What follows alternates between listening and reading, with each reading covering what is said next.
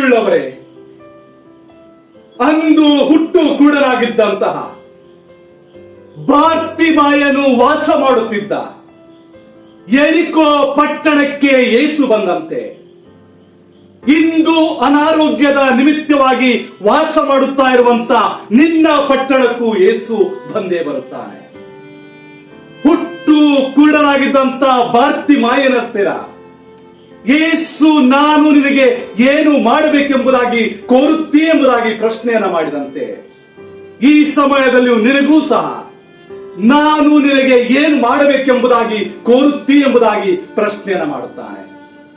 ಹುಟ್ಟು ಕುರುಡನ ಹುಟ್ಟು ಸಮಸ್ಯೆಯನ್ನೇ ಯೇಸು ಕ್ಷಣಾರ್ಧದಲ್ಲಿಯೇ ಇಲ್ಲವಾಗಿಸ್ತಂತೆ ನಿನ್ನ ಜೀವನದಲ್ಲಿಯೂ ಸಹ ಹಲವಾರು ವರ್ಷಗಳಿಂದ ಕಾಡುತ್ತಾ ಇರುವಂತ ದೊಡ್ಡದಾದಂತ ಸಮಸ್ಯೆಯನ್ನ ಇಲ್ಲವಾಗಿಸಿ ಬಿಡುತ್ತಾನೆ.